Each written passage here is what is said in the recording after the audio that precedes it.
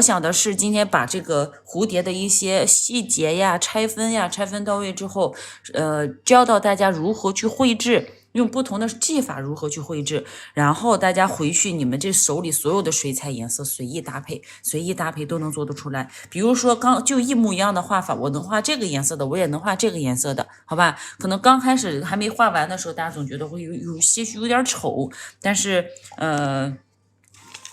等你再加上一点亮晶晶之后，它可能感觉会不太一样啊。就是水彩其实有好多颜色，咱不说就说这个吧，说这个，用这个。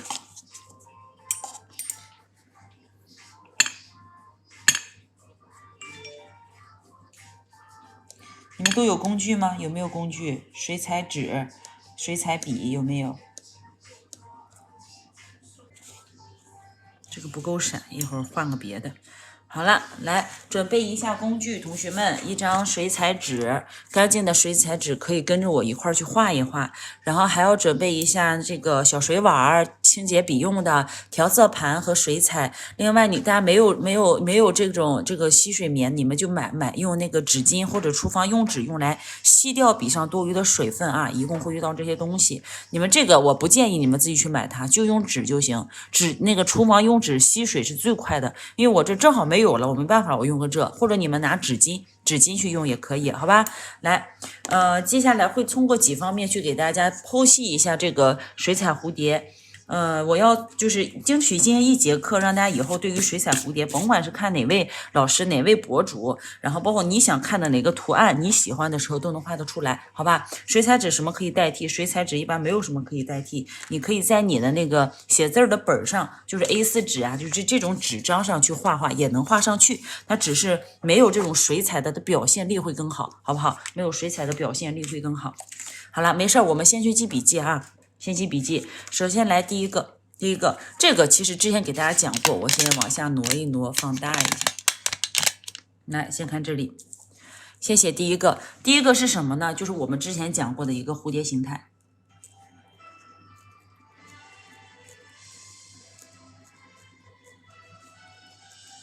它的形态是什么样的？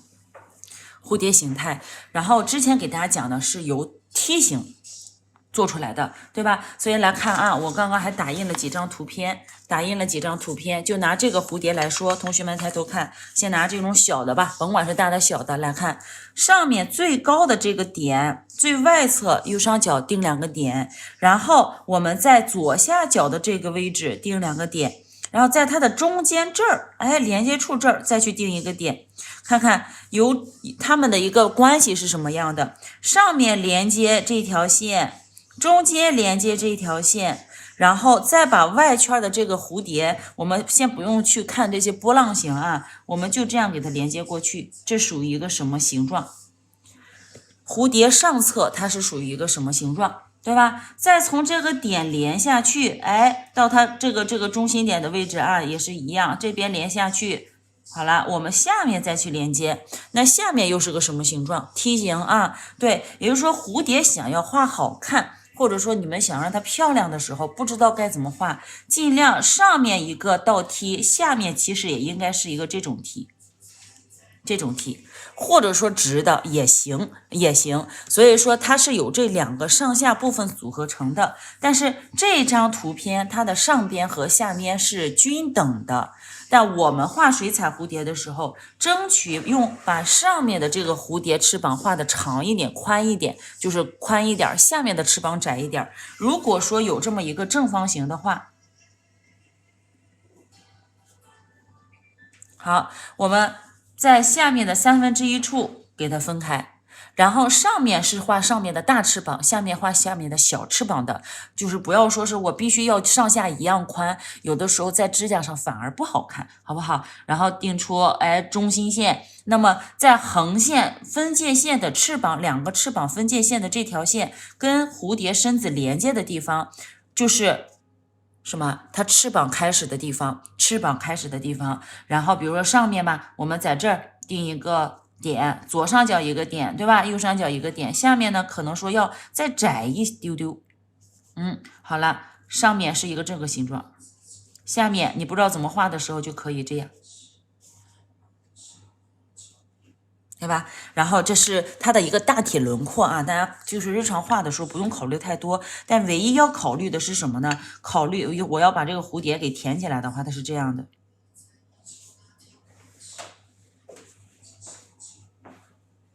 这边再加上。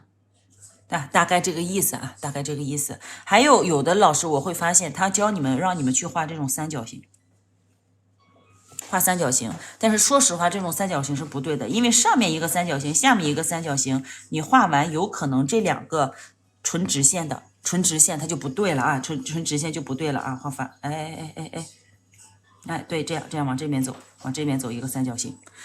最好就不要去考虑什么三角形，你们就以梯形为准。但是画的时候，第一步我不知道该往哪儿去画，先定点。画蝴蝶先定点，定什么点呢？首先你去定出上面和下面中间1/2或者1/2偏下的这条小横线。哎，先定出一条小横线，定好横线之后，你中间轻轻的画一道，这个就代表蝴蝶身子的位置。然后开始，你就知道哦，我应该这一个一啊，第二个2在这里2，第三个稍微在2和1的中间区域啊，写上一个3，定上一个点3，第三个点，好吧，1 2 3，1 2 3，要单独没有图只是定位的话是这么去画的。我上这里来，比如说我们定好一条小横线。对吧？这是它蝴蝶中间分翅儿的地儿，然后找出这儿来，然后来找好它之后，上面的翅膀你想画多大，你去定的多高，想要画小一点就定小一点，想要画大一点就定到这儿，对吧？我定到这儿，左右对称着来，一个点吧，第二个点在这儿，第三个点呢，在它俩的中间，往这边来点。好了，现在定好点之后，直接去连接翅膀就好了啊。从这边开始，中心点到身子的这儿，到这个点的连接，我们用一条弧线去表示，就不要画的太直啊，不要画的太直。这边也是一样，两边对称着来，是不是上面就有了？上面有了之后，右侧这里到这儿，你要去给它做连接，你是不能斜着过去或者竖着下去，竖着下去就有点太假了，所以我们要给它走一条有弧度的这种，小翅膀，这边也是有点小翅膀，给它连接过去，是不是上面就有了？然后下面这儿呢，来从这个点开始啊，中间第二个点开始往这个地方去连接，然后下面也是连接过去，像画一个小叶子或者说小圆头花瓣的那种感觉。这个蝴蝶大概的轮廓是这样啊，但是所有的蝴蝶我给大家准备了特别多的图片，大家可以看一下。如果你们需要这张图，其实我都从百度搜的。如果你们需要这些图片，我可以再发给你们啊。你们需要的话，单独我发到这节课的那个内容那个什么素材里面去啊。来看看，这不要把这个蝴蝶规整化，就是市面上有 N 种蝴蝶，N 种蝴蝶的表现，它出来的样子也是不一样的。你不能说我所有的蝴蝶按照统一的画法，那就不对了啊。然后看看，我还弄了一些这种图片的样子，看看。这些蝴蝶有没有发现上面翅膀大的，下面翅膀大的，蓝色的、绿色的，这个花纹不一样的，带尖儿的、带圆的，有往下耷拉的。所以这个蝴蝶怎么画怎么对，但是一定记住，你想要好看，按照这种来，上面的翅膀比下面翅膀稍微大一点点，稍微长一点就好了。老师变美术老师，咱这个美甲师就是一个万能的，美甲师老万能了，啥也会。咱那天还教啥来着？就是啥也得学。啥也得学，是不是？买完了还得学那个雕塑，美术生不都得学雕塑吗？是不是？你看这也是啊，这侧面，待会儿再给大家说侧面，来看一下这些蝴蝶的一些纹路。我找了很多图啊，就是对我们来说比较有用的。这个呢，我一会儿要给大家说侧面蝴蝶的一些画法。所以说，大家要先了解的是这个蝴蝶整体的轮廓。反正你甭管看哪种蝴蝶，哪个角度的蝴蝶，它上面这一块一定是最宽的，而且是斜着下去的，千万不要直着就下去啊，一定是斜着，慢慢往里缩，又变胖又缩这样的。好不好？这是它的一个轮廓啊，所以说蝴蝶的形态是什么样的呢？就比如说我们想要你们可以在那个本上记一下这个，然后我们是先去定出，哎，先画一个长的，然后梯形过来啊，这是上面的翅膀，然后下面的话可能是直的，也可能是微微小小的短的梯啊，上梯下梯两个梯形组合成的一个蝴蝶整体轮廓，这个之前讲过，就不再多啰嗦。还有老师可能会教大家用三角形表示，那么可以，我们这样啊，找一条线2/3线，然后找好这条线之后，我们从这条线的这边上去，上面线条长一点，来在这边交叉一下。这样交叉，能看到吗？比如说先画一条横线，然后在这条横线上画一个叉，但是这个叉呢，上面的线条要拉的长一点，我把上面的这个线条拉长一点，下面短一点，然后在这个基础上，我们去画这个蝴蝶。比如说有说是这种三角形，但是我不是很喜欢这种让你们直接理解成这种直的三角形啊，下面也是一个三角形。两个三角形也是一个蝴蝶。那如果要说把它精准化来说的话，一条小横线，然后找交叉，上面的线条一定记得长一点。然后这边的话最好是什么样呢？把它抽象化一点点啊，然后这边过来。我是反正就是只要别直着，你往里倾斜着走，爱线、波浪线还是什么线都行，好不好？这是蝴蝶外侧的一个轮廓，然后这是第一个，第二个来看蝴蝶的一个身子。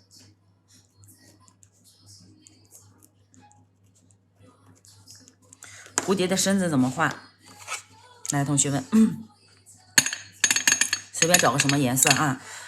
有几种画法，反正蝴蝶的身子，我最不推荐的，你们是这样去画。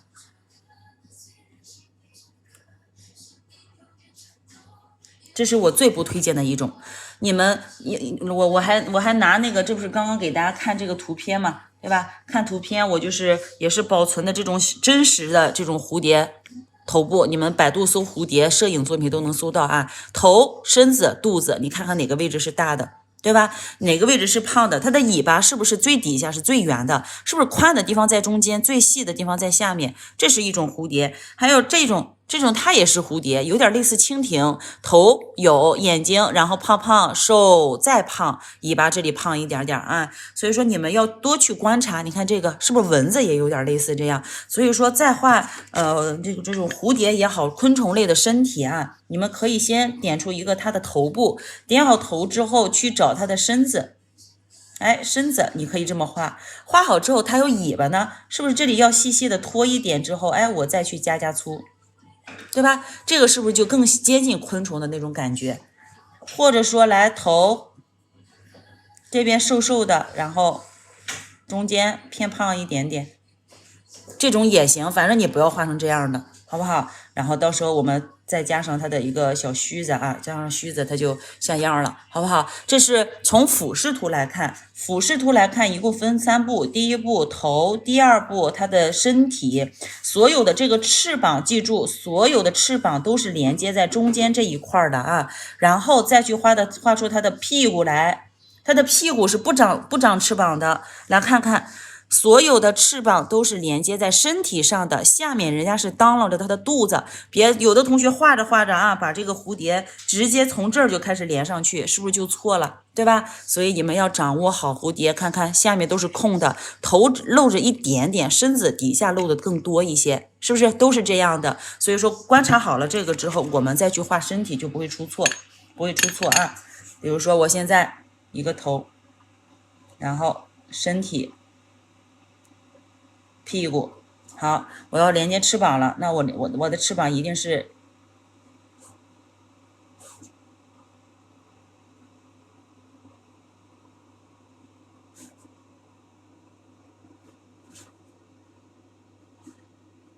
甭管怎么着，我也得连接到上面去，大概这个意思。你也不能往屁股上面去连啊，就先举个例子。好了，这是这个正视图，就是这样去看，直着的情况下是这样的。如果说要画蝴蝶这个侧面的时候，这个蝴蝶的身子它有可能是偏直的，有可能是有一点弯曲的，但是唯一更明显凸显的是它的这些小脚，它这脚丫子啊。所以说我们得把它的这个侧面身体画出来是一样的，先是头，然后身体，哎，它的背部，画好背部之后，尾巴先细细的拖，然后你可以往下搭了，对吧？像一个弯腰的人，然后上面是背着它的那个翅膀的啊，是背翅膀的。然后再画脚，脚怎么画？也是从它的身体部分出来，这就好了。才来慢慢看，接着跟上去，正好还没完全开始画，正好看到这儿，能看清楚吗？同样啊，这个翅膀连接在身体的上方，不要连接到它的屁股上。然后头呢，不用说非得特别的大。如果说一旦把那个这个头画大，它就抢镜了。它的头没那么大，甚至它的屁股都要比它的头还大，甚至屁股比头还要大。头大是因为它眼睛大，好不好？是因为眼睛大。来换一个角度画啊，这边小小的头，然后来给它一个强壮的身体，有足够的力度去支撑这个翅膀。然后下面拖出它的屁股来，对吧？随便什么形状啊，1、2、3，三个小块块，然后上面是它的翅膀，对吧？底下小脚，哎，脚用拐折的方式，你也可以拉长线一点点，好不好？这是那个蝴蝶身子的一个方向和走位啊。好了，我们再来看第3个要给大家着重去讲的，我快速去讲，你们不懂的随时去问啊，随时去问。第3个要给大家讲的是这个它蝴蝶的纹路。这个其实之前有同学问过我，老师蝴蝶的纹路应该怎么画？我给大家举几种。其实所有蝴蝶，我为什么要打印图片，就是为了让大家看清楚。虽然现在市面上的蝴蝶上千万种它的样子，但是它的蝴蝶，我们日常画的时候能掌握2到3种就可以了，不需要太多啊，不需要太多。你们记住，第一种蝴蝶画翅膀纹路的时候有这个，像一个水滴一样上去过来。这个东西有可能说它紧挨着有俩，也可能说挨着就画一个，对吧？你们就记住这啥意思啊？一会儿你们就懂了啊。就这个，来，比如说现在举个例子，在这个翅膀上，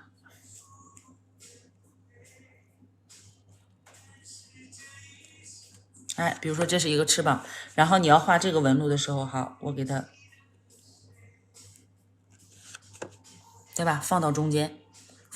那你后面呢？后面咋办？你这个位置可以，我可以再连吗？我当然可以再连接一个俩都行。然后后面的其他地方，这是第一种画这种小水滴啊，这是第一种点儿。第2种可以用小圆圈表示，但是小圆圈呢，多数是用来填补的。比如说像刚刚这一个，我后面这里有点空，我是不是可以通过逐步的小圆给它加上去？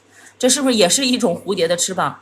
没错吧？虽然它现在不一定很好看啊，但是它也是一种翅膀。所以说第2种用小圆圈，第3种是用什么呢？大家先关一下，来，第3种是用什么？第3种是用线条，弧线、直线或者直弧线。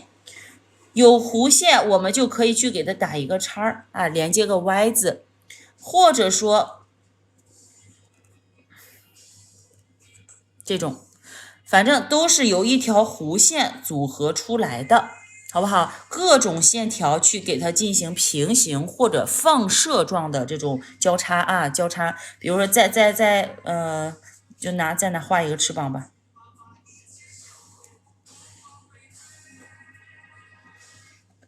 来，比如说咱中间画一个这个，看啊，画好之后，来从这个地方开始连接直线，对吧？这个地方可以连接到它的根部，这个地方连接到这儿，是不是直线？完了，那中间空的怎么办？可以在围绕这个圆开始呈放射状的去加，你也可以在主线条上进行分叉。你看，我也可以分叉，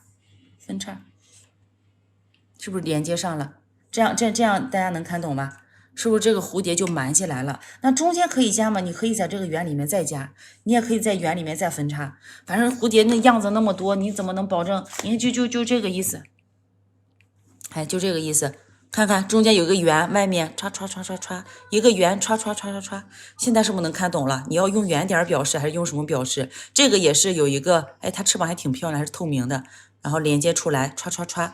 对吧？然后这是它的纹路啊，你们不要把这个纹路想象的是不是有的太多呀，或者怎么样？其实你们就1、2、3，把这3种想到，然后组合起来，最多加上什么呢？比如说我这个我也可以，哎，3种进行组合。但是组合完了，我觉得这里有点细，那我可以外面加粗一圈，或者说在这个里面我把这个边边涂的黑一点。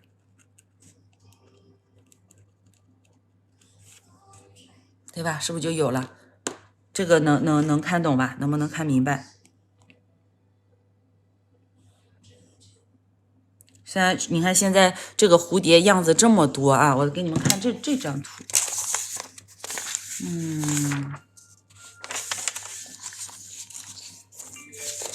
你再看看纹路，看纹路啥呀？纹路刚刚不是这一直在这儿？你要看什么？你要看啥？你是不会画还是不知道什么意思？来，我给你们找几张。你其实这些都是手绘的啊，一些线稿有粗有细的这种是比较写实。来，这样大家画啊，我找。来一会儿咱先画几个这个三角形，先定一个点，然后这边定一个点，画一条弧线，画好弧线之后，来这个地方连接过来，多画几个。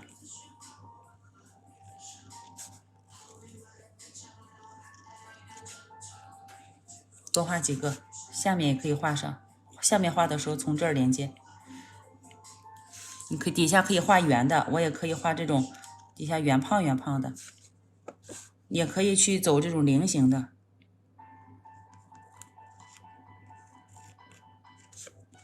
啊，都行啊。这是这个蝴蝶大概的一个外轮廓，画好之后来你自己想象着去加，就是说，但是一定是从这个它们收到一起的这里开始的。一定是从这里开始落笔，然后上去，比如说按照刚刚第一个我们的圆形，对吧？我可以把这个大水滴落到偏上面一点点，下面呢，我可以用这种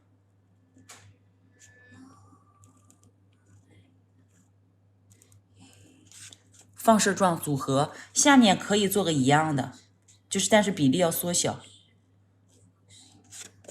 对吧？这是第一种。第二种，如果说我纯用这种小圈圈，那我会把这个边边先是加粗。你上来冷不丁来几个圆，很别扭的啊。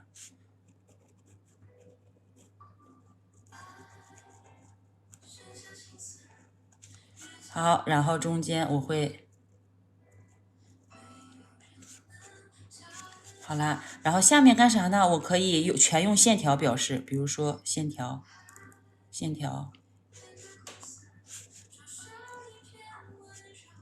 不要哎，这个在画的时候不要连接到一根上啊！你别说出去一根完了就在一根上无限延伸。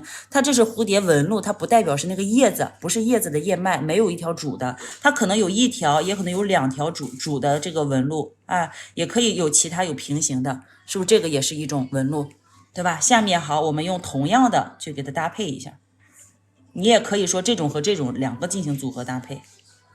所以说，有的时候我教你们，我可以出蝴蝶100种款式的画法，但是它万变不离其宗，哎，它最基本的这种画法它不变的，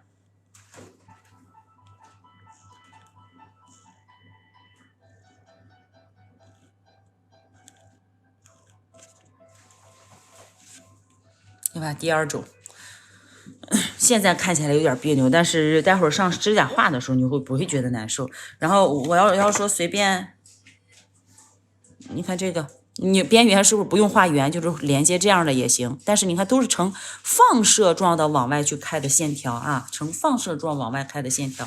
看黄色这个，好了，第三种你可以把第一种和第二种圆和这个线条进行组合。线条呢，基本上很多都是以 Y 字，然后加上一个平行，再加上放射这种出现的。所以说，来我们可以先画一个这个。画好，这边画好之后，这个就是用它啊，然后1、2、3叠加起来，比如说像刚刚那个半圆的，是不是可以这样？然后加上主线条，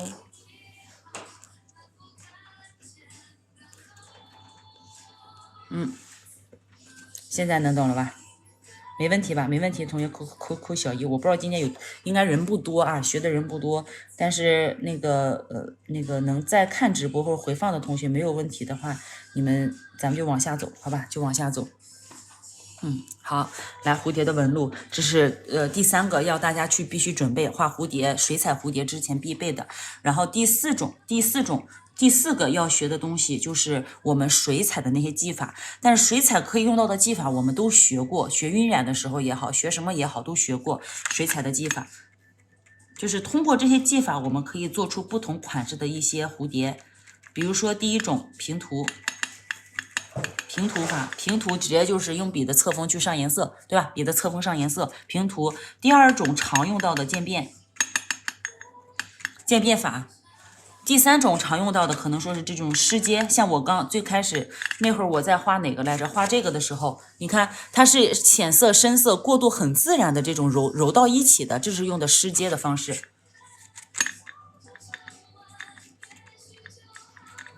第4种干阶，或者说咱称之为叠色。这里呢，我就简单再去给你们稍微概括一下啊。来，大家取你的这个清洁水，不是清洁水，就清水啊，清水，倒一下，也别倒了。来，清水，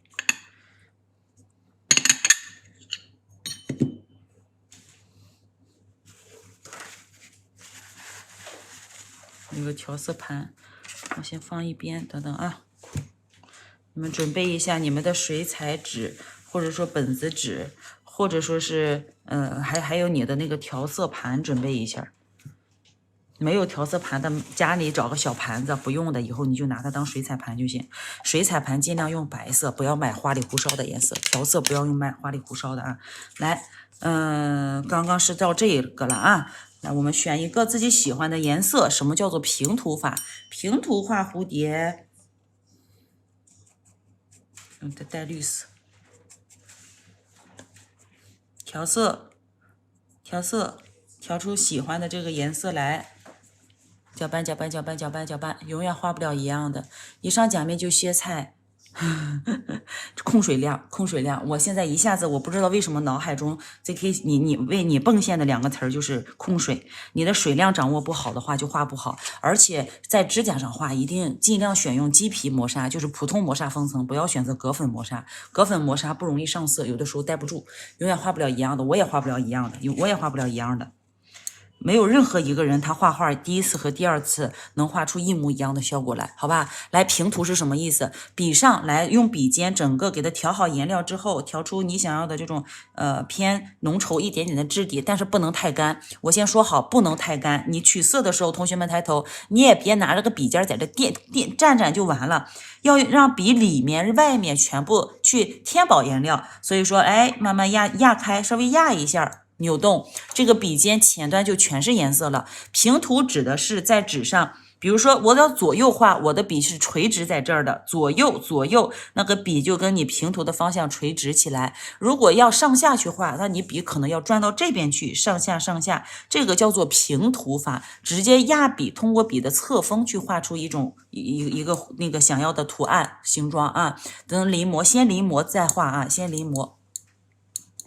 能画到甲面上的方法，一会儿我先把这个讲完。来，平涂，大家试一下。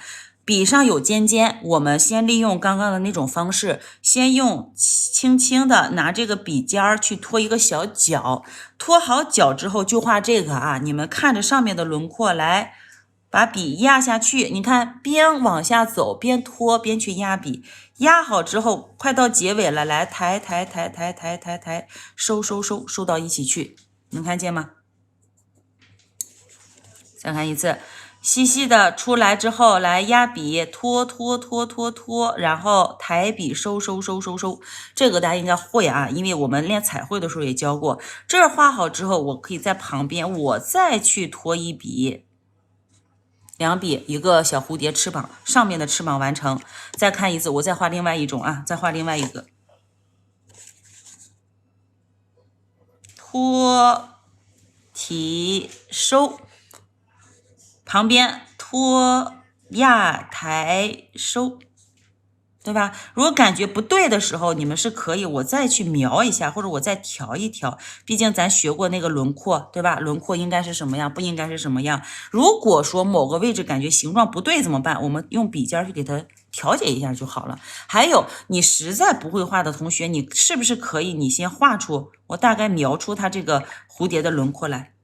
你先描出蝴蝶的轮廓，描好之后，笔上蘸满颜色，开始去进行填色，把它填起来不就好了，对吧？但是边缘要干净流畅啊，你别全填出一些小毛刺，对吧？这也是一种方式，所以3种都可以，这叫做平涂去画它的一个翅膀。然后下面呢，我们是由细到粗，来以尖儿是靠到一起的，压过来可以这个样子。你也可以利用我们侧面的方式，用侧锋去画。给它收到一起，收成尖尖的也行，收成那种胖胖的也行，由你们啊，由你们。或者说从底下往上收行不行？也行，压笔、抬、收，控制好这个笔尖的一个位置和方向。瞄一瞄。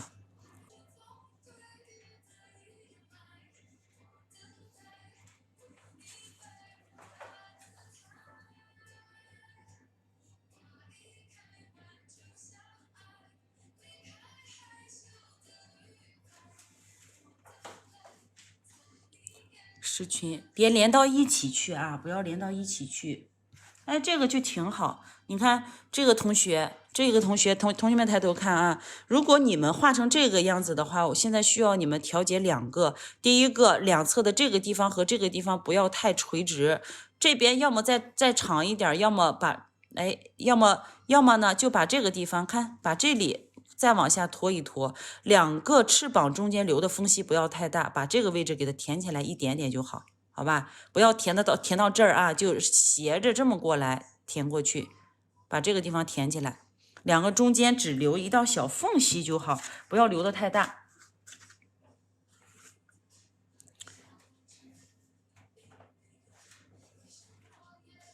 没有啦？没有，那咱就第2种啊。来，同学们接着拿笔上色。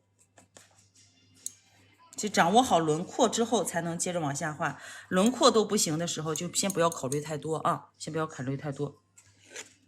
来，第2种渐变，同学们，渐变是啥意思啊？还记得吗？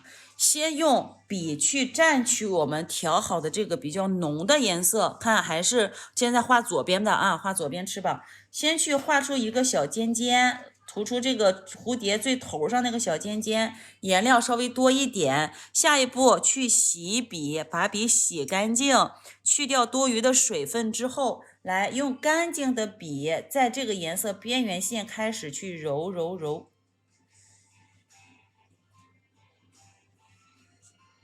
看见没？是不是它翅膀开始由深到浅发生了一个变化？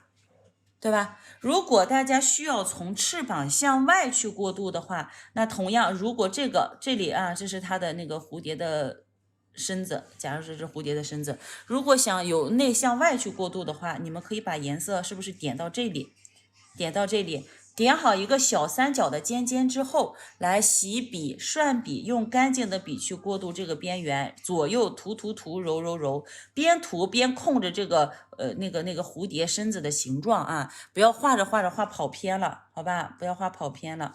然后上面也是一样，我这个靠近身子再涂一点。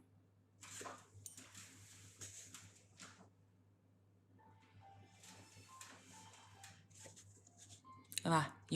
这是渐变感觉的。我渐变想大一点，那你可以渐变涂的多一点，颜料多一点，然后给它过渡，给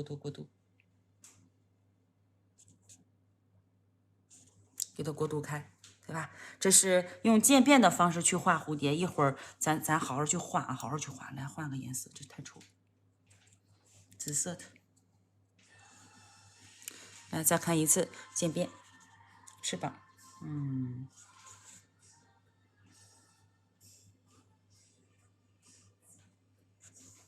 上面一个小三角，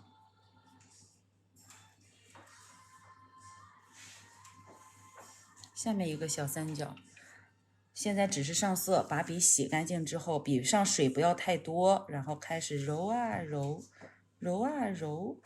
我边揉边去控制这个蝴蝶身体它翅膀的一个样子。哎，揉到这儿之后差不多了，先松一下笔，再去洗一下，再把下面的这个地方给揉开，揉开，是有点多，再揉开，揉开，揉成什么样算什么样啊！不要特别去改变，说是如果边缘不干净再去洗笔。所以说基本的水彩技法大家要懂这个才能听得更明白一点点。好了，这一步看起来怪丑呀，上面哪有这样的蝴蝶，是不是？所以我们现在又需要再去取颜色，取好颜色之后，来从上面这里开始反向再做一个渐变。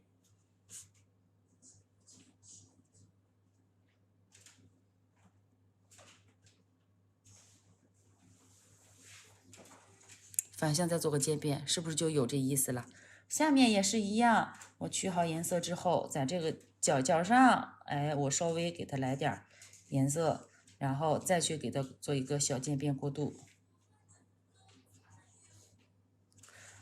画好之后，如果它有须须呀，那些当当啷啷的小须子，你可以再加。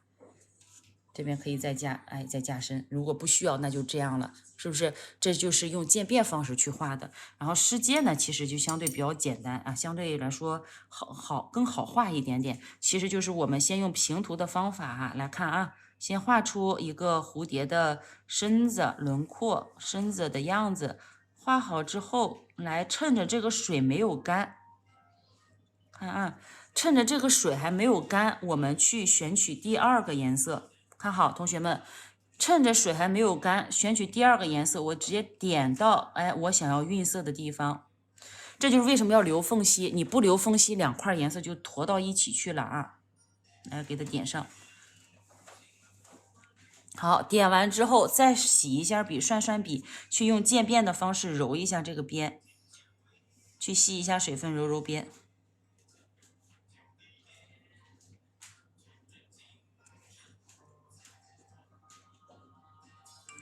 让两个颜色自然混色混到一起去，对吧？这是用湿阶的方式。然后像刚刚这个蓝色的蝴蝶，这个我还没画完呢啊。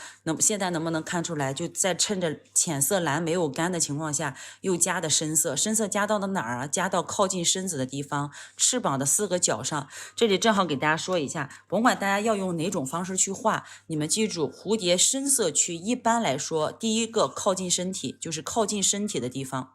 这是第一个，靠近身体的地方是深色。第二个，蝴蝶的这些角上是深色，深色区。你们把这个记住，或者说边边的地方也可以是深色区，好不好？把这些能画出来，你只要加深2个部位，第一个靠近身子的这个地方做渐变，第二个4个角上做渐变，这个蝴蝶就基本上能画出来了啊，基本上就画出来了。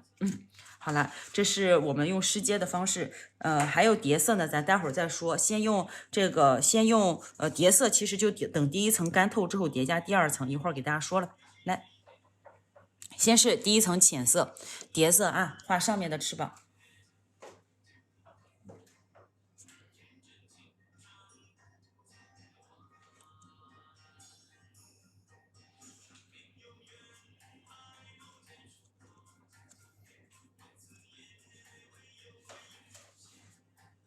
假如说我现在这个翅膀是这样的，你们不懂随时问啊，这个有点难，这不是什么太新手的一个东西。来，再加深一下。叠色呢，一定是等第一层完全干透，你摸着没有什么水分，哎，它干燥了，没问题了。这个时候，在它的基础上，我们可以加深一下，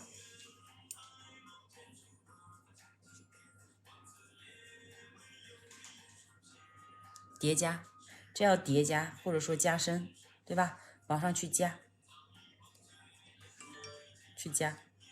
但是整体的纹路走向是不是一样的？是不是出来的这种蝴蝶翅膀就好像自动变成了好几层的样子？画错了咋办？画错了，如果在纸上的话，你把笔快速洗干净，用干净的清水把这个颜色给擦掉，如果能擦的话擦掉，然后用大量的水把它稀释掉，然后用纸巾吸一下。如果在指甲上的话，拿棉片给它擦了就行，棉片沾酒精或者清洁水给擦了就行。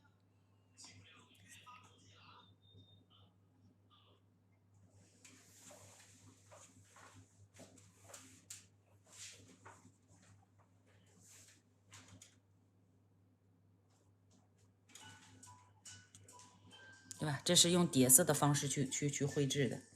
好了，这是几种方式啊，几种方式，我们先去在纸上按照这几种方式挨个画一次试试，挨着画一次。来，拿过你们的这个来，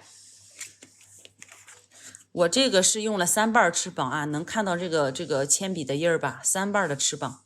你们在纸上画不好的情况下，可以不要用中性笔，不要用油笔，用这种铅笔，用铅笔去钉稿，钉好稿之后，你再进行绘制就好，好不好？然后咱按照几种方式一个一个来，我就不拿铅笔给你们画了，咱们直接上水彩啊。第一种平涂法，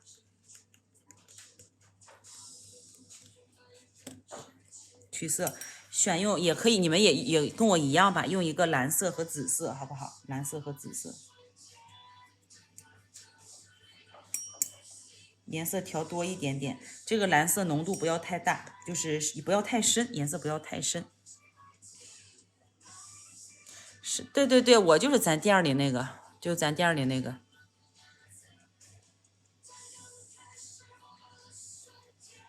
好，取好颜色之后，来，首先，你如果大家实在画不好的时候，还记得吗？来画一条小横线，往下来点，画个大的啊。画好条小横线，然后定好竖线，然后直接交叉就行。上面一条长线条，这边一条长线条，给它交叉一下，还记得吧？那个在哪儿来着？这个按照这种交叉的方式去画，来画一下这个，两边不对称怎么办？把短的那地方再描一描，把短的地方描一描。所以你为什么要定点？定点的目的就是怕你们画不对称。为什么要先去定线？你看我这个线条左右基本上接近对称，但是如果说差的并不大的话，没关系。就是蝴蝶真正在表现的时候，你比如说它的侧面，对吧？有可能这个蝴蝶大，这个小，这个更小，就3瓣蝴蝶也有正常，也可以，也可以。画侧面的时候，一个大翅膀，一个小翅膀，它也是正常的。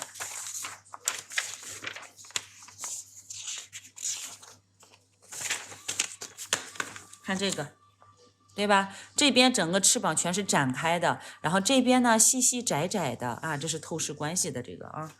画好它了吧？画好它，来下一步取颜色，先去画上面的，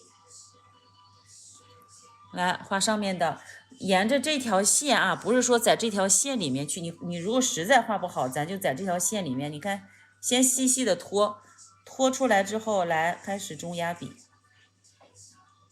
涂嘛，对吧？就算超过一条线，不要太直，给它变得稍弯一点点，然后上去，收上去。收不起来的时候，用笔尖去轻轻扫一扫，是不是就扫上去了？这边扫完来，以防万一左右不对称，我们可以左右同时去画。你也可以画好一边，再画另外一边啊。比如说这边咱同时去画的话，转一下纸或者转一下甲片。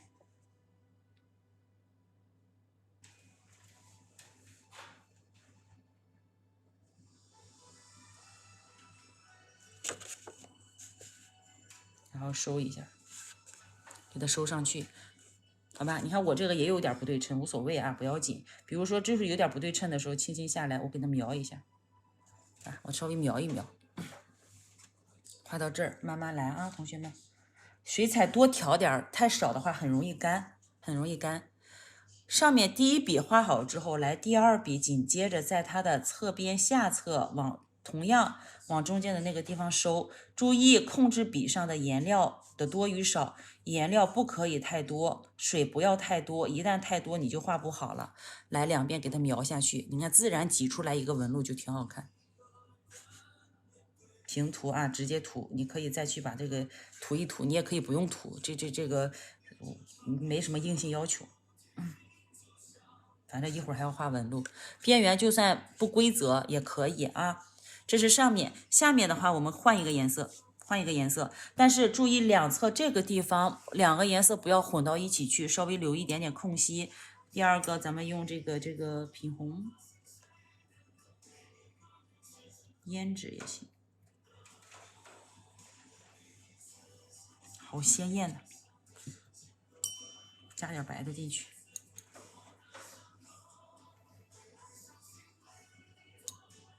降低提高一下明度啊！来，第二个，调好，随便选一个颜色就行。你们不喜欢这个紫色，选别的颜色啊，选别的颜色。我只是为了让大家看得更清楚一点点。来，下面这不有个空吗？从这个地方注意一个点，第一个点，第二个点，第3个点，还记得吗？1、2、3定点的位置。来，从这里开始压笔收，旁边压笔收。这里如果空隙太大，来往上再走走，就比较生硬啊，这种。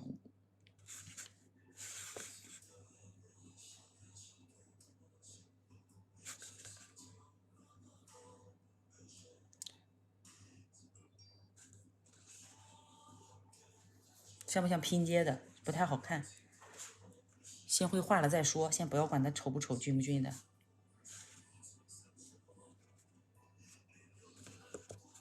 对吧？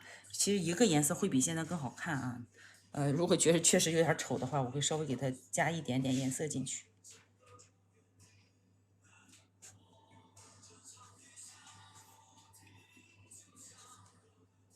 你们不用做这一步啊，你们正常去画就行，先能画出蝴蝶的轮廓。好了，日常在指甲上画就这么画啊，就画出它的一个轮廓。然后要增加身子的情况下，你比如说我要画身子，它去取纯黑色或者棕色。深棕色或者纯黑色，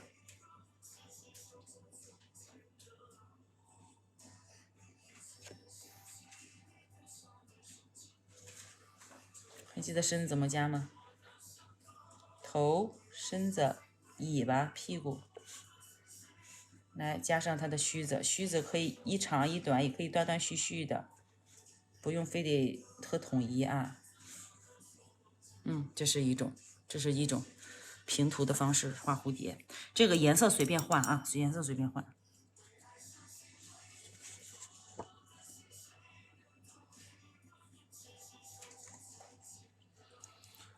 第二种渐变，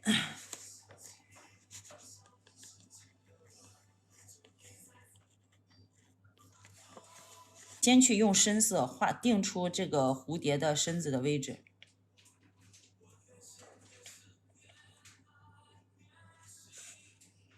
蝴蝶的身子画好，稍微干一干，换个颜色，用个紫调的一点点的。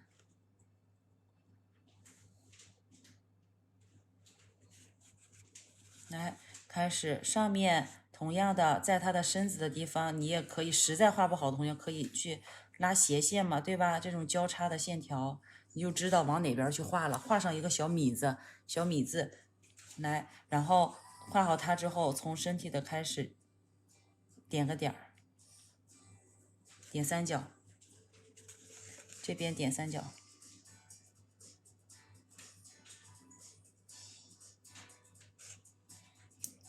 点好之后，洗笔、涮笔、渐变的方式来揉，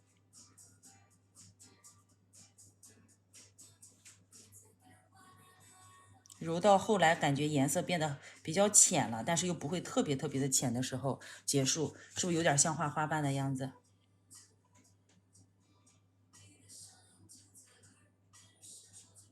有时候笔太干，可能就不太好画了啊。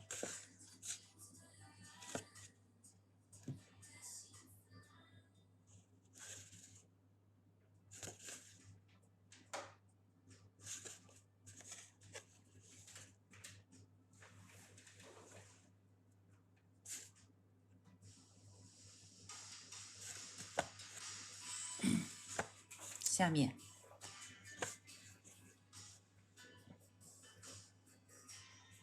下面我现在改变一个形状，都是点小三角，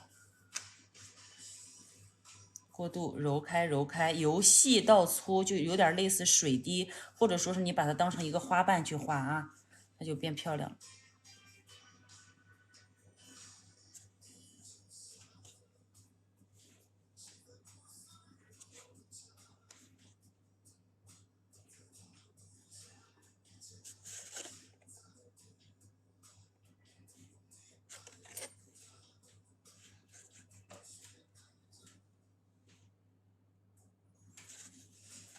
看中间的地方，咱可以过渡好了吧？渐变，一个小渐变的方式，由深到浅。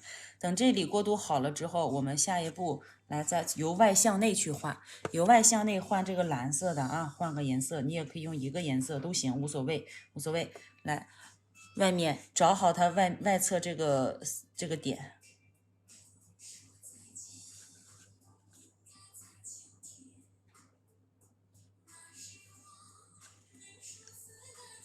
洗笔、栓笔，不会呀，不会，你们就先看看，先看看，然后你得先去走基础的那个水彩技法课，水彩技法课，看反向做一个渐变，过了。反正美甲要学的东西本身就比较多，谁能保证咱上来我什么我都会，是不是？咱都得学，不着急，慢慢来啊。大家都是这么过来，一开始学水彩，我不用学，又不做，对吧？没想到现在啊，水彩的款式这么多，几乎人人都得用水彩。美甲师必备的这个基本功就是学水彩。哎，我给你们，你那个水彩不会的同学，我不知道你们现在想学水彩的哪一步，可以先从晕染开始入手，就是在主页上有一节专门的那个水彩系列课，去找一节那节水彩系列课。我在不是直播间，对，就算是直播间吧，在这个地方给大家讲的速度可能快一点，因为每次直播不一定人人都会看，但是要看回放吧，很多同学能跟上，跟不上的又能暂停，或者说开成一个慢倍速都行。然后你们有问题就问，没有问题我就尽快讲，因为还要上指甲上去画，节约一下大家的时间，好吧？如果摊开之后发现颜色不是那么漂亮的时候，或者说颜色边缘太实了，一定记得勤擦笔、勤洗笔，把笔洗干净。一会儿咱画完之后，你们告诉我你们想看哪个往指甲上画，咱就往指甲上去画。这是两个反向的一个渐变，好不好？这是渐变做出来的一个小蝴蝶，然后需要画须子，咱们就给它须子来点。这个须子咱画稍微短一点，稍微短一点。然后待会儿这上面等它干透之后，咱们再加纹路。来看两种出来的蝴蝶形状，位置类似，但是感觉它不是一个品种了，对不对？因为这个瘦长，这个呢看起来就好像规规矩矩的那种小蝴蝶，这是两种。那这两种画完，其实像这个诗阶，我觉得大家可以怎么样呢？我给你们做一个吧，来诗阶的一个方式，就把这个交给你们啊。大家第三种，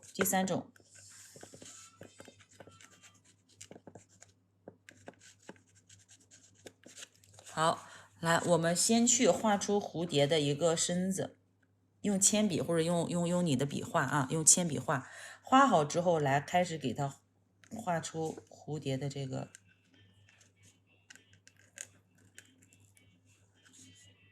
然后中间这个呢，就相当于是上面的翅膀啊，相当于上面的翅膀。上面翅膀画好之后，我们画下面，画下面是连接到这个地方的啊。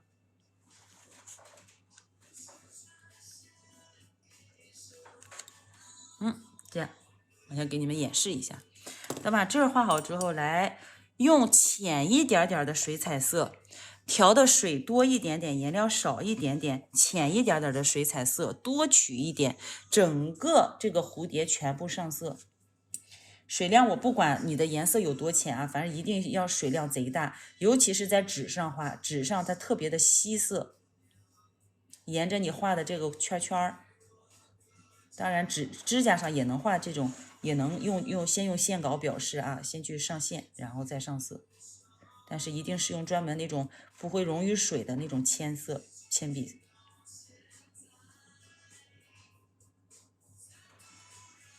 这是视频，我们直播刚开头，我正在那儿下描的时候画的那个，是不是上色了？平涂上色，上好色之后，来这个时候去选深色。我会用这个深蓝、深紫，再加上黑色进行调色，增加一下它颜色的这个黑度、浓度。好，坏了，快干了，赶紧啊！趁着它还没干的时候，往上点颜色。我说了啊，靠近身体的地方，你看这边它自己会散开，右边有点干了，会散开一点点，不好看怎么办？这时候涮笔，用渐变的方式再给它揉开。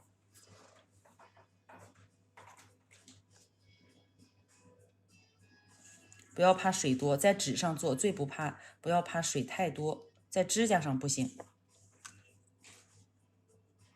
但是我们需要先在纸上会画，是不是这个颜色中间加深的地方就有了？那现在我再问，那个尖尖角角怎么加深？是不是把这个地方铺上一点水，能看见有水渍吧？再用加颜色的深的地方，好点上去。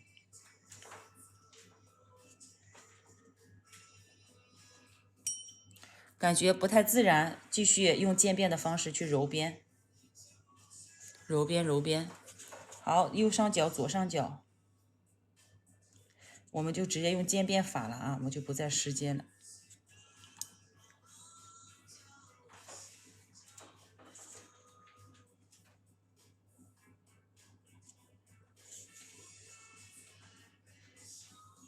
看时间，这是时间。水不干的时候上色叫时间，水干了再上色，它有可能就用渐变了啊，是不是？这又是一个蝴蝶，对吧？然后中间用深色的这个深蓝色，再重一点的去画蝴蝶的身子，头不要露出来太多啊。哎呀，完，画粗了。好了，这也是一种，还有。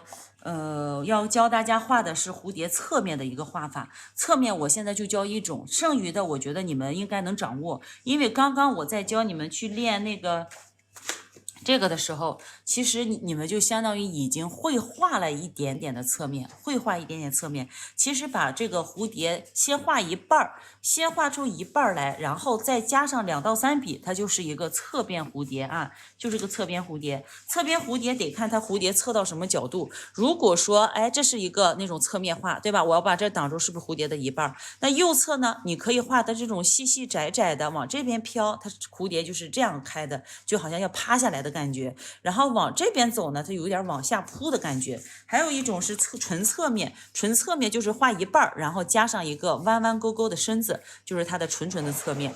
来，咱试一下啊，咱试一下。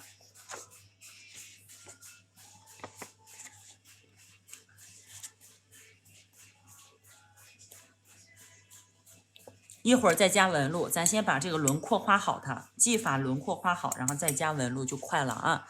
好了，来，侧面，第4种侧面，找个紫色。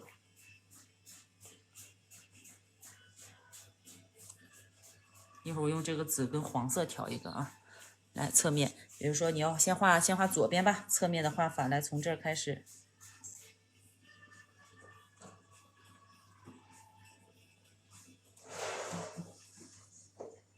上面的翅膀，下面的翅膀。好，这是一个侧面，然后这是因为在正左边，我们也可以把它换一个位置，比如说我从上面下来。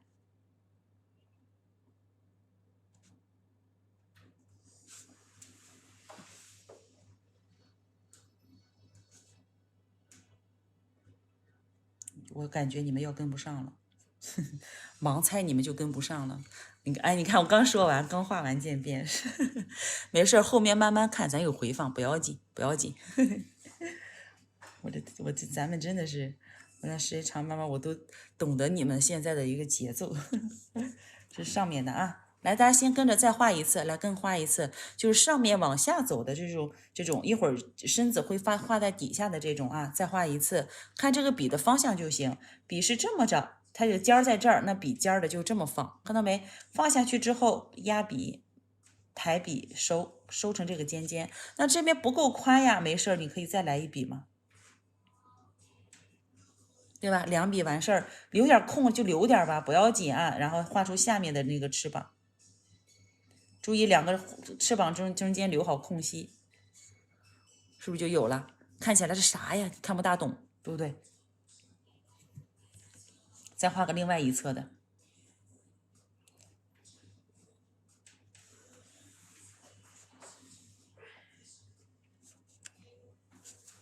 可以翅膀用2笔到3笔去完成它。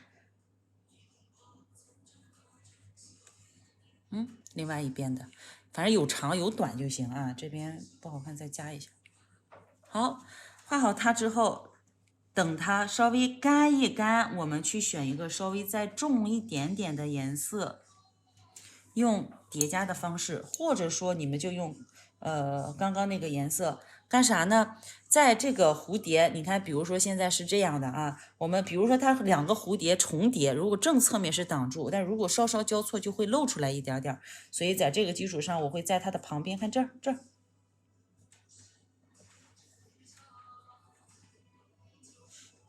你看到吗？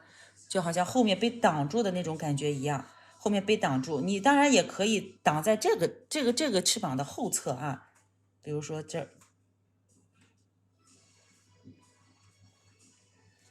藏进去，然后底下这里可能有一个它那个小的，就是你感觉它漏了多少你就画多少，就算感觉没那么真，错了也不要紧，错了也不要紧，好不好？在指甲上那么小的指甲，它是看不出多大的那种那个效果的啊，是看不太出来的。实在不行，我们在这儿加一个小三角，你看，就是后面那个翅膀露出来的一部分。所以说有的时候侧面其实要比正面要好画。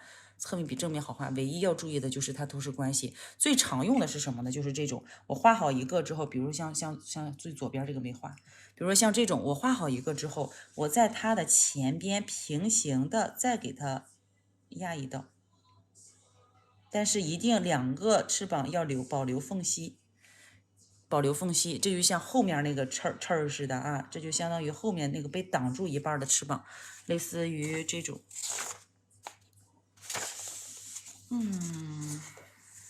这种的也行，先画一个大的，后面画个小的，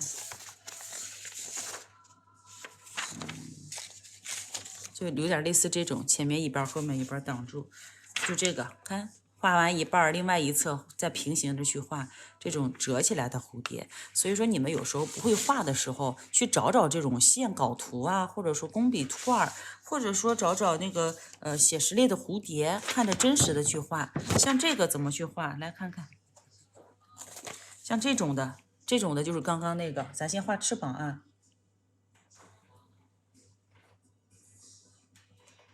上面，哎呀，有点大这个纸。下面，我先给它留点缝隙。这边画好了，这画的这边，然后这边呢，直接从这儿开始，连接到哪儿？连接到身子啊！人家这个蝴蝶是有个身子的，对不对？就这么一画就行啊，意思意思，就不用那么规整，不需要那么规整。这是它的一个翅膀，那再画。这俩其实一个样儿，这俩一样。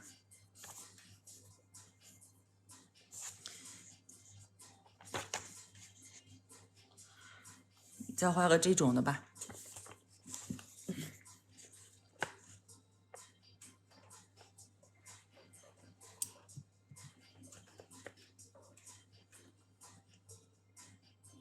它虽然被挡住，但是那边它肯定是有翅膀的。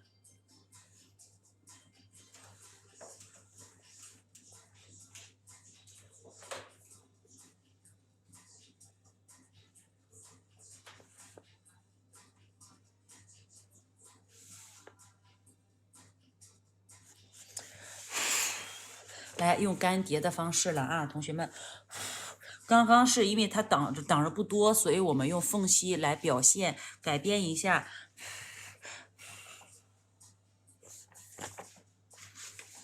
想要快速干，我就先拿纸吸一下，等它干了之后，来再去取颜色，叠加第二层，就在它的这个基础上叠加第二层。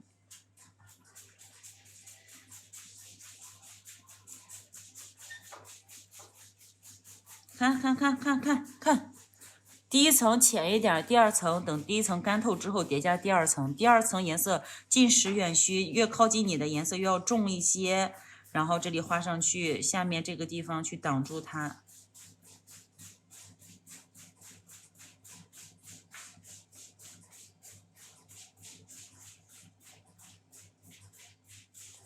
是不是2层就有了？看看。水渍有点正常，包括这些纹路颜色不实或者有斑斑驳驳的也正常，留着就很好看，留着很好看，好不好？这是2种蝴蝶啊。然后等蝴蝶身子都画好了，我们不是它翅膀画好了，我们给它增加一下身子。身子你像这个，我们就完全可以用这种，哎，深蓝色或者深紫色，应该是深紫色。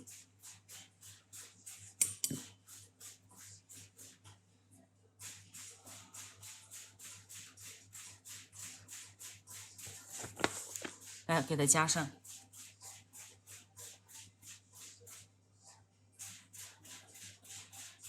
这个自由发挥就行，不用完全按它的不好看啊，它不好看。然后须子长，喜欢长的做长点，喜欢短的做短点，对吧？啊，这个好好看，是不是？这个画指甲上贼漂亮，一会儿就画它啊。来，这个也是画上它。那我还忘画脚了，刚刚。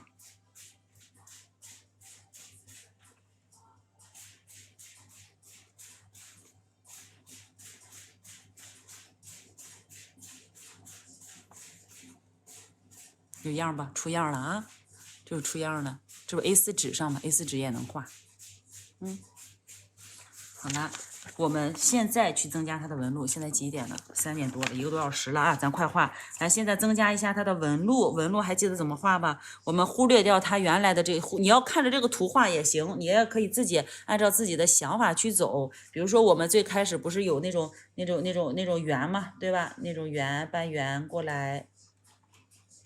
或者小水滴，友好小水滴这边肯定也有，只不过它漏的小。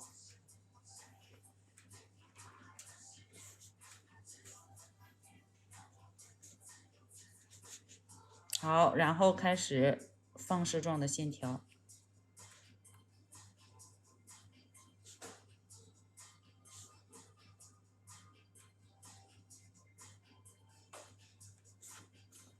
是吧？加上去，翅膀就有，这个纹路就有了。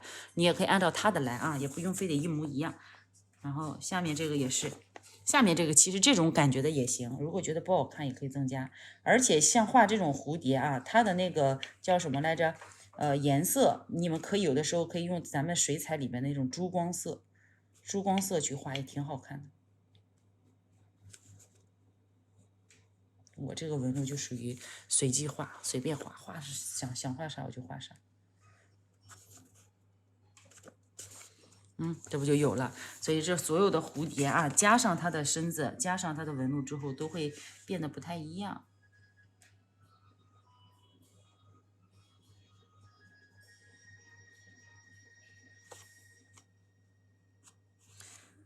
这个需要大家再慢慢练，咱要画的话，能无限画太多了啊，就不再去逐一去叠加。然后现在我就做2个指甲，一个是正面图的，另外一个就是画侧视图的，在指甲上去看看怎么能够表现出它的这些纹路来。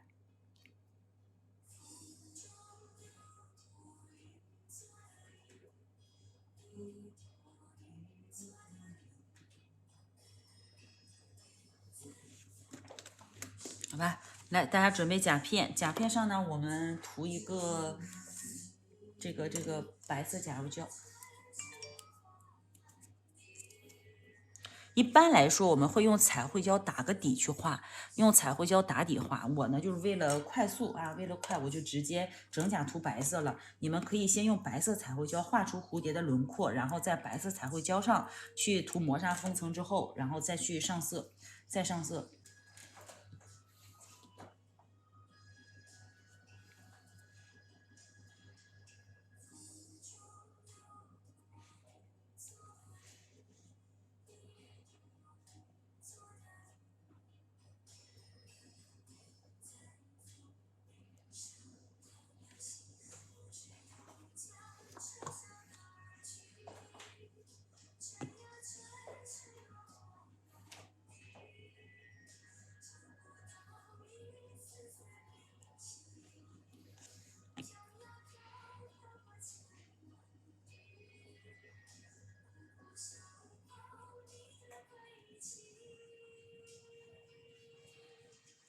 这么多毛毛怎么？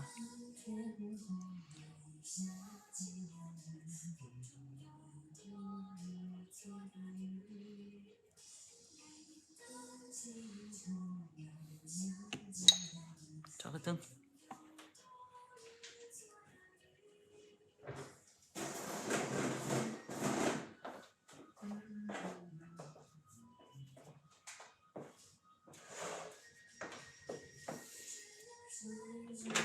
来，鸡皮磨砂封层，不是那种革粉磨砂啊，普通的磨砂封层。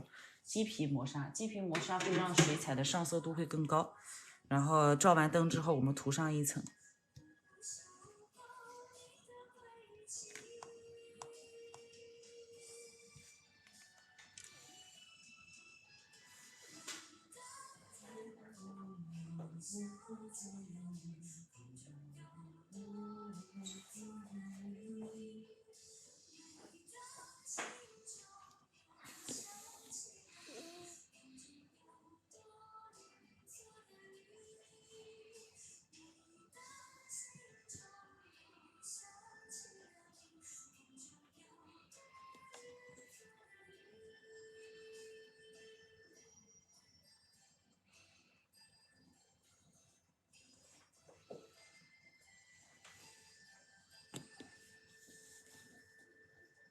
找灯。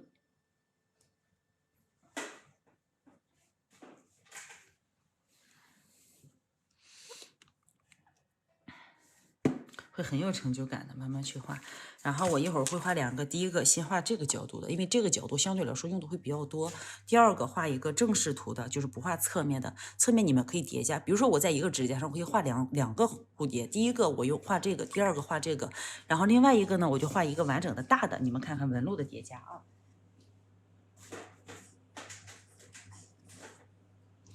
再照会儿灯。白色上面会让水彩更加显色，现在需要大家调好，然后准备好你想要画的那个蝴蝶的一个颜色是什么样的。来，这个我先画两个侧面的啊，来取刚刚这个紫色的，在指甲上的显色没有纸上显色度高，所以我们需要把颜色调的稍微重一点点。我不知道这现在已经逼走多少位同学了啊，但是剩下的同学好好画，好吧，画自己的。画自己的，努力，加油，早晚得画。现在不跟着画，回去也得画啊。好了，来，还记得我们这一个吧？就照着这个画，来照这个画。先去用画两个小的啊，上面用笔的侧面开始落笔，注意它倾斜的一个角度，来倾斜过去。看下去，收，用笔尖控制水量，水量不要太大，好吧？第一笔画好之后，来它的旁边再接着紧挨着再来一笔，在旁边紧挨着再来一笔，好，3笔过来，你看看这个蝴蝶是不是纹路也出现了，还挺好看的这个纹路啊，这个纹路也挺好看，感觉这儿不够胖，再加着点。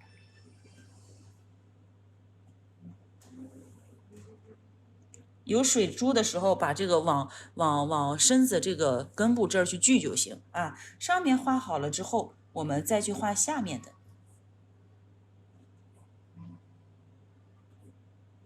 上面身子画好之后，画下面的。可以从这儿往外走，也可以反着来，你怎么舒服怎么走啊。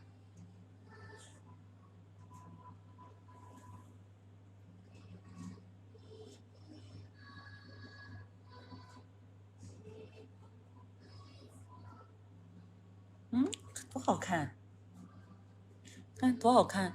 这边画好之后，来笔上取点，你看我取的这个颜色一直都能用啊，在它没有干的时候，它可以一直用。然后这边画好之后，上旁边去画，注意侧边就不要画的压的笔那么大了。我们用这个用小小的，虚焦，换个位置就不虚焦了，这样啊，这样就不虚焦了。侧面来，比如说这个。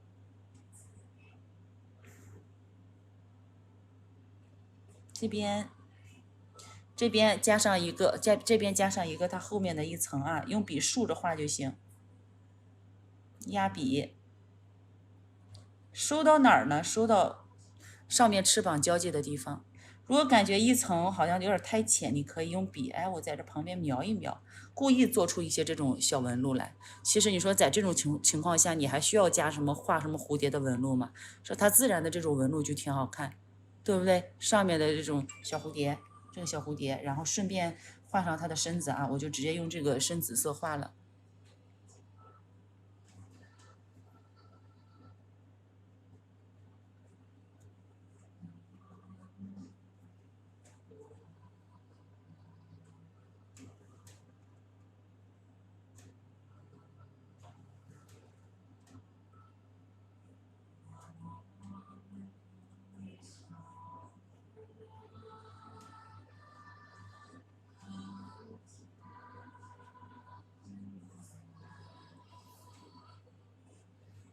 上面一个，这是跟画花似的，也挺好看啊，真好看。好了，来，这是这个，再画一个。我其实真的，我看好多博主画的蝴蝶构造有问题，我很不，但是人家有厉害的啊，当然有一些就是说想就是把自己的分享给大家，可能稍微有一点错误，所以我更推荐你们去照着这种写实类的图片去画。我一会儿把这几张图片让咱家小助理传到这节课的下面素材里，如果你看到了这儿，那么你记得向下面去把这些图片保存一下，你们就不用从网上找了，我直接给到你们，好不好？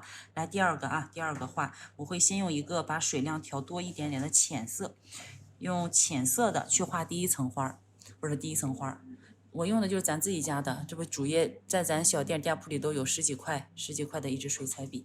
啊，在这儿，然后，第二个花呢，我不第二个花蝴蝶，哎，你看水，只要出现这种大水珠，说明水量有点大，你就在吸水纸上把底层颜料吸一下，先画出这边的。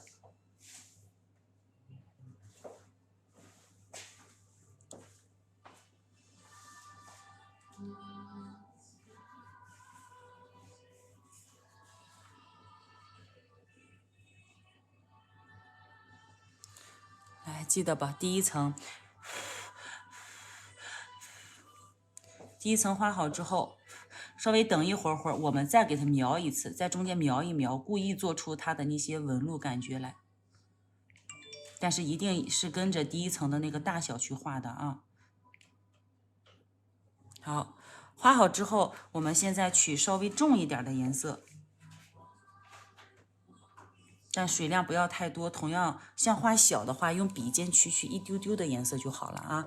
然后在这边开始找出它的一个交错的位置，有点碍事儿了。来，两笔，不用太浅了。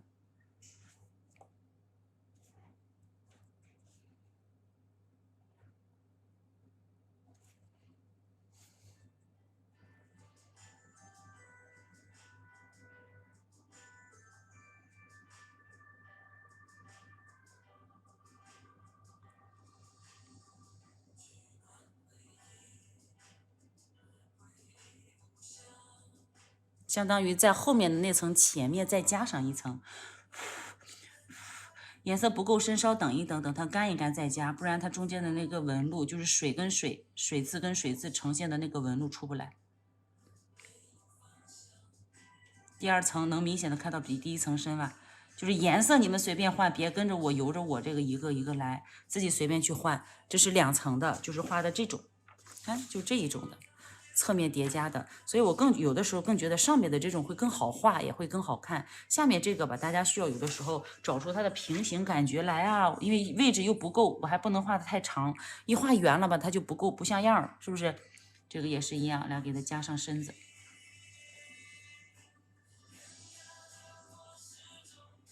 头那上面不要画长啊，把尾巴画长点就行。好吧，这是侧面的两种蝴蝶画法，大家可以看看。自带的这种，咱都不用画纹路，自己就带上了。下一个再教你们画的时候，咱就体现一下纹路的做法啊。纹路还有黑色的边边，咱看看画哪一个。来，先去由浅到深的画，先去调浅色，画这个俯视图的蝴蝶啊，还记得吗？我稍微侧一点点画，比如说这样去画吧。身子啊，你先找好它身子的位置。身子的位置，找好身子的位置之后，来这边我们从这边会漏一半出来，压笔有点多水上去。好，然后第二笔压过来，第三笔压过来，就漏一半啊。现在比较浅色正好你也可以用来拿来打草稿。比如说我不确定我画的好不好看，我可以先试试，对吧？你看，你们看可能更浅了啊。来，第二笔。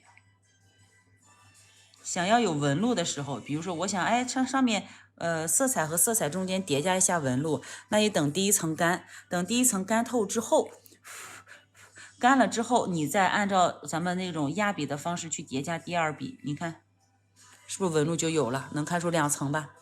沙沙的这种效果啊，就水彩画法比较多。我觉得今天教大家东西感觉比较多啊，感觉是挺多的，但是我想让你们再去看别人在画的任何图的时候，你都能做出来，这是我的主要目的，而不是说非得逼着你今天画上几种。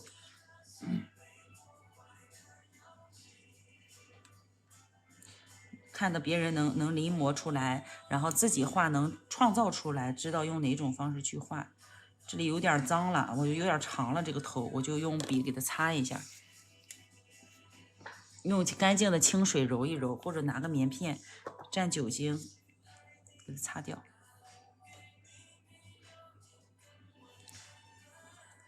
擦的是头啊，擦的是头。来，上面画好之后，下面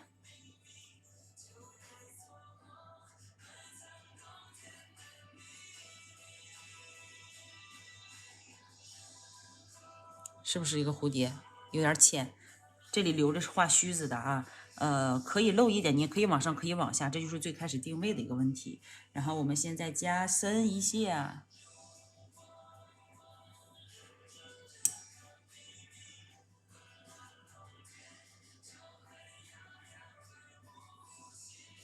加深一下，上面用平涂的方式去画就行。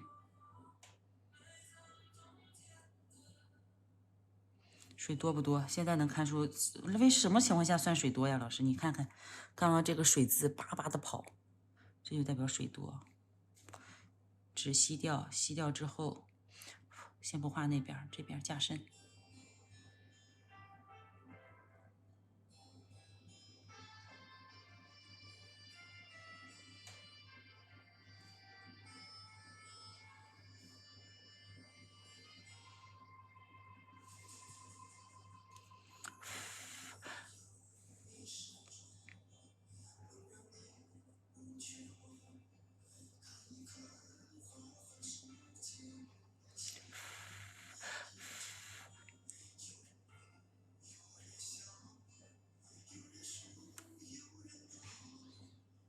现在是不是感觉好像就简单了，没有那么多事儿了啊？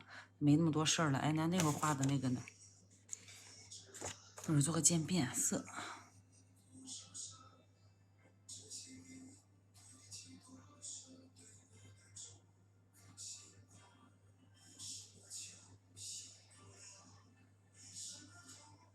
现在有没有感觉好像蝴蝶的那个整体轮廓是什么样无所谓，你只要能保证好你压笔收笔，大概知道它的轮廓哪里长哪里短，整体偏梯形，哪个翅膀算是大的，是斜起来的，是大梯，哪个是小梯，是不是都能画得出来？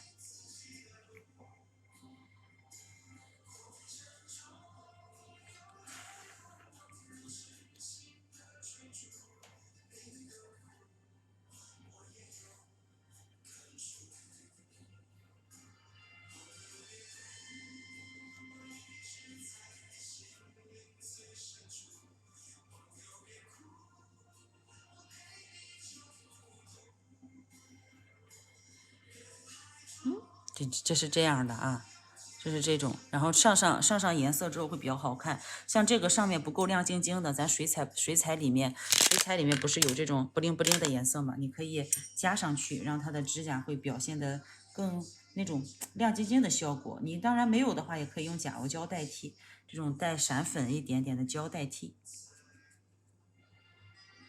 一般带亮片儿的这种水彩都不好取色，你们要使使劲儿。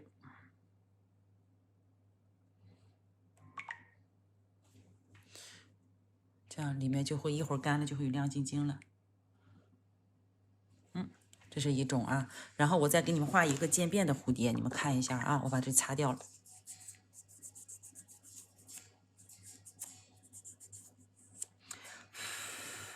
画一个渐变，咱就下课，好吧？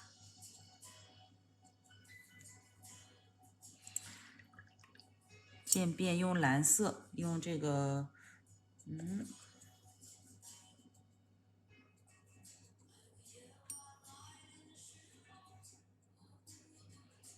蓝色和紫色。那会儿咱在纸上就这种，就这种的画一个啊。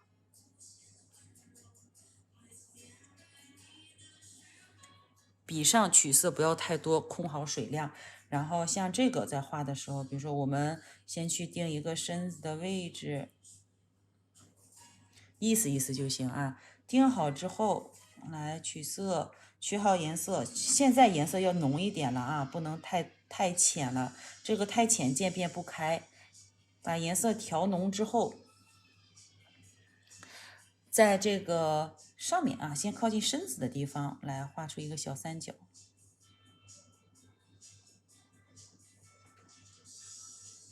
或者说你们不知道怎么画吗？横线、斜线，还记得吧？斜线画上一个这个，然后画一个小三角，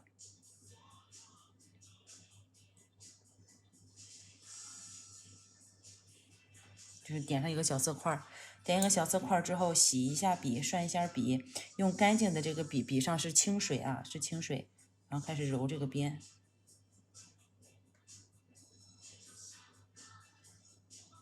你再揉开，揉开，揉开。我的实际看的颜色比大家看的颜色可能重一点，如果有水渍，记得把这个水渍往指甲中间去靠一靠。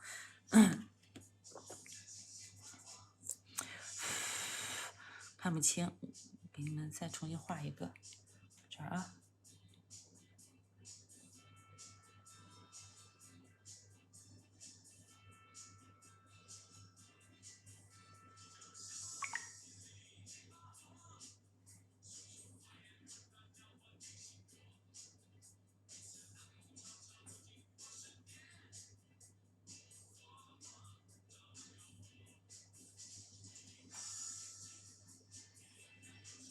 然后把水渍聚集过去，它干了颜色会更深的。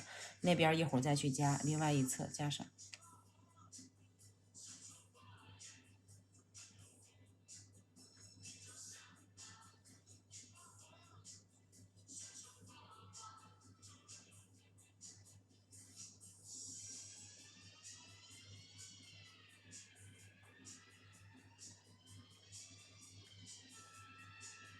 水渍聚集。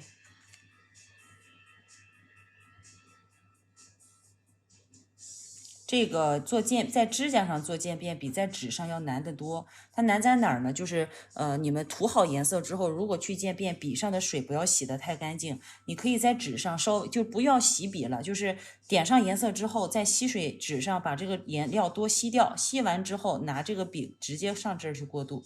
如果说你一去涮笔，把笔涮干净，那你放到这儿就很容易把这个颜色给擦掉，好不好？所以说在日常做渐变的时候，这儿点上颜色，在纸上稍微吸一下笔，然后直接过来去给它过渡后面就行。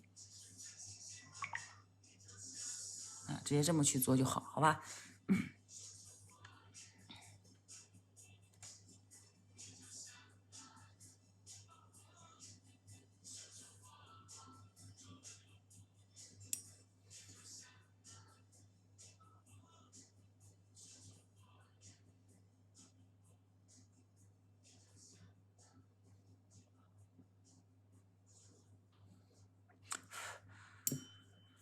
紫色。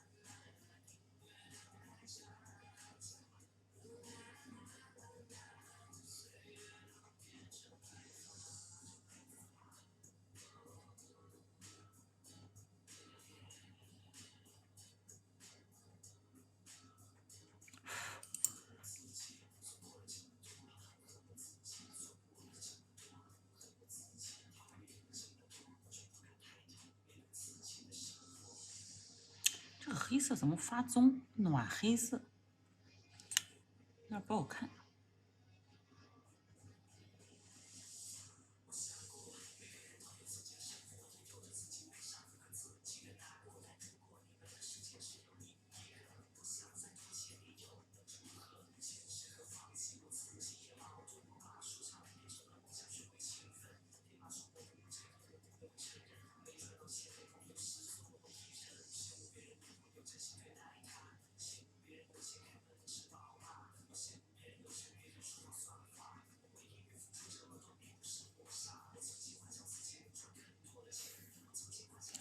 应该就是我不知道你们在不在啊，或者来往的还在看看或者啥的，就是我要给你们稍微演示一下，就是怎么去画，以防万一后期你也还得找，还得找这找那的，也看不懂，对吧？看不懂。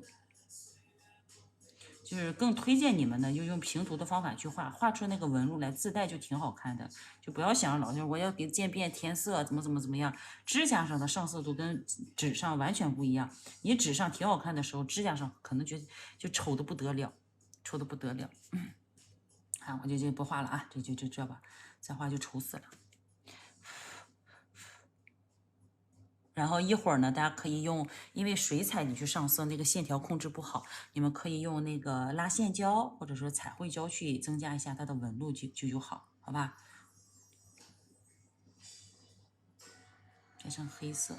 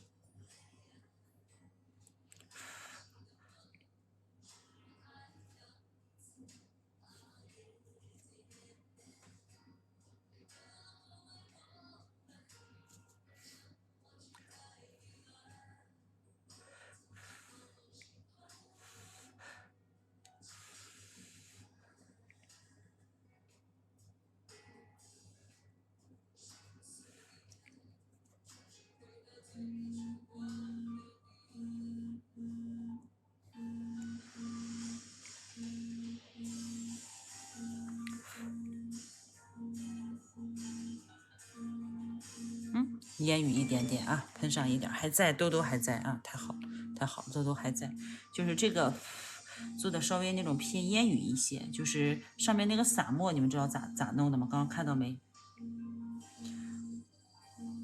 做的朦朦胧胧的那种效果。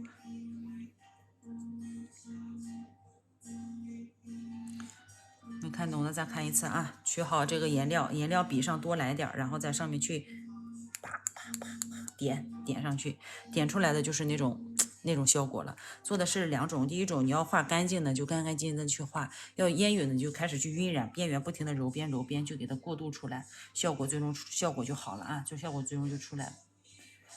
得嘞，然后封个层，你们瞅一眼，封个层瞅一眼。